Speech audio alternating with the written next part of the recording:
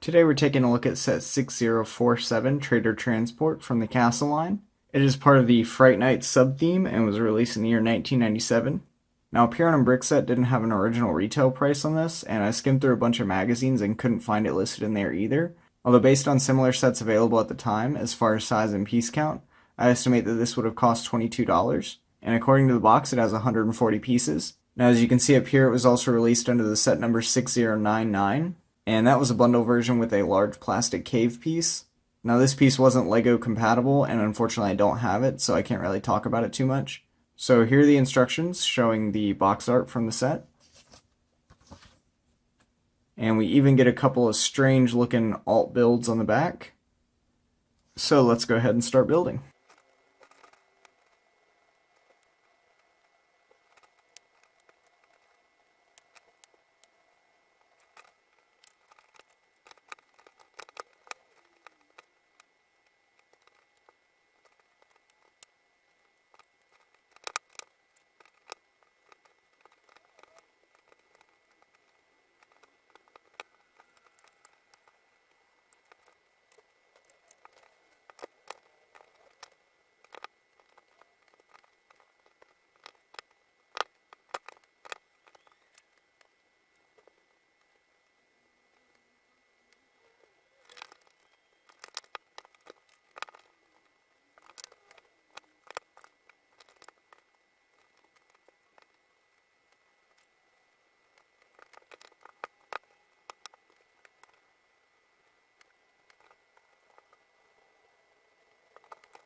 So here's the set, and I gotta say off the bat, I feel pretty okay saying that out of all the 80s and 90s castle factions, Fright Knights is probably my least favorite. Now I do think that the black, red, and gray color scheme is better than the vibrant Royal Knights white and blue and red, but you can definitely feel a tonal shift in the builds that continued on even to 2000's Knights Kingdom.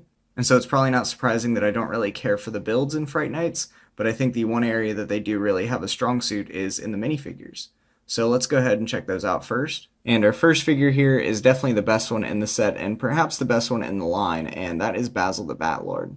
This guy is just crazy decorated and extravagant, and I love it because it's so out there. And for some reason I don't really mind that on minifigures, but don't really care for it in the builds of the sets. So first up, he's got his horse here with this actually pretty cool looking barding that kind of gives it a fearsome look, which makes sense, it's Fright Knights. And he's even got this dragon mask going over the top, which is equally fitting since this set includes a dragon.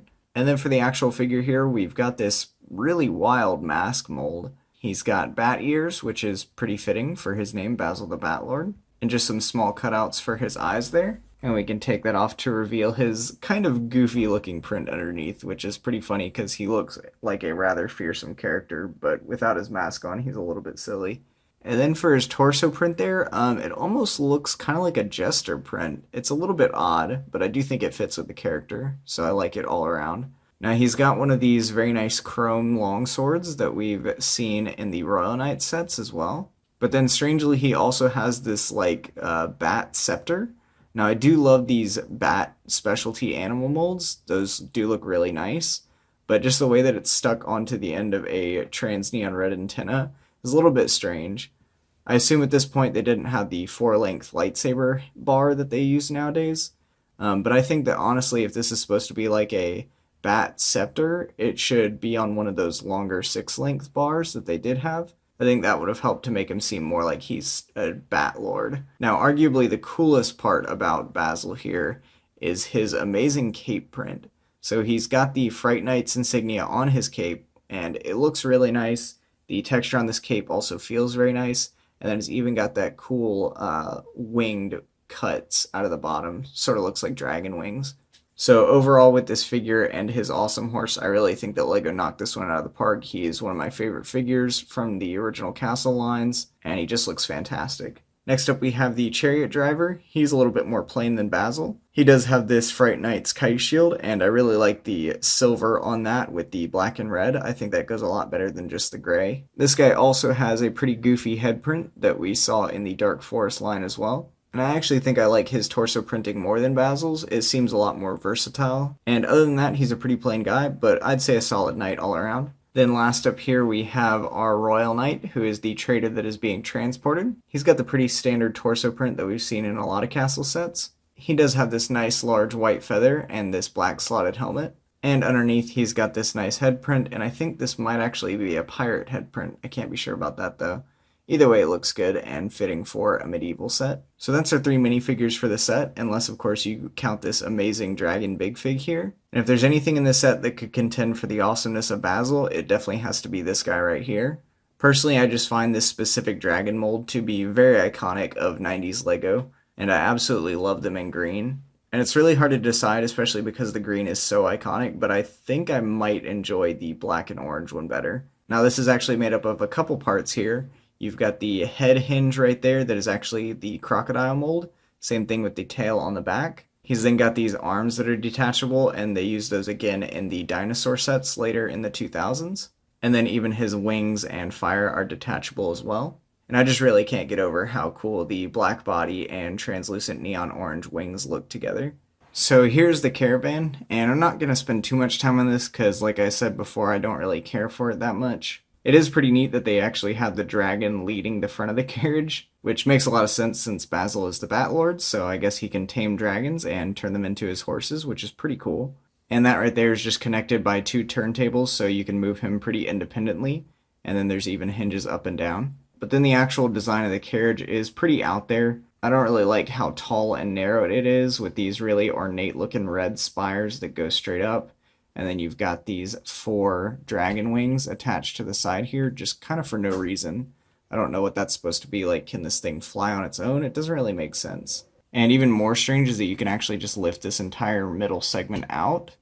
And I guess that's just for playability, so you can get to the prisoner more easily. But to me, that just really reinforces the idea that somehow this thing is supposed to fly on its own, which just seems odd. So through the grates in the side, we can see our prisoner on the inside. And then to get to him, you've just got this little chain right here, and you pull that down over this hook, and then it just hinges downward, and there's our guy in there. And then turning it around to this side, we've got another one of those bat molds, and again, I love those, so always cool that it includes 2. And then for our last accessories, we've got these really large dark gray halberds on either side. So yeah, that is the set. Adjusted for inflation, it would have retailed for $35.99. And current used prices have it pretty close to that at $38.98. Now this is another set that I actually got at Atlanta Brick Co., and I got it when I was trading in a bunch of stuff.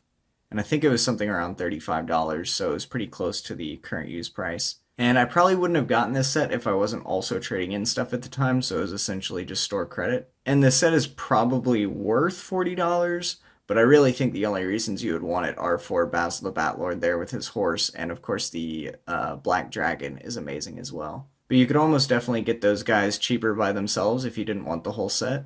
Either way though, I hope you enjoyed my review, and as always, thank you for watching.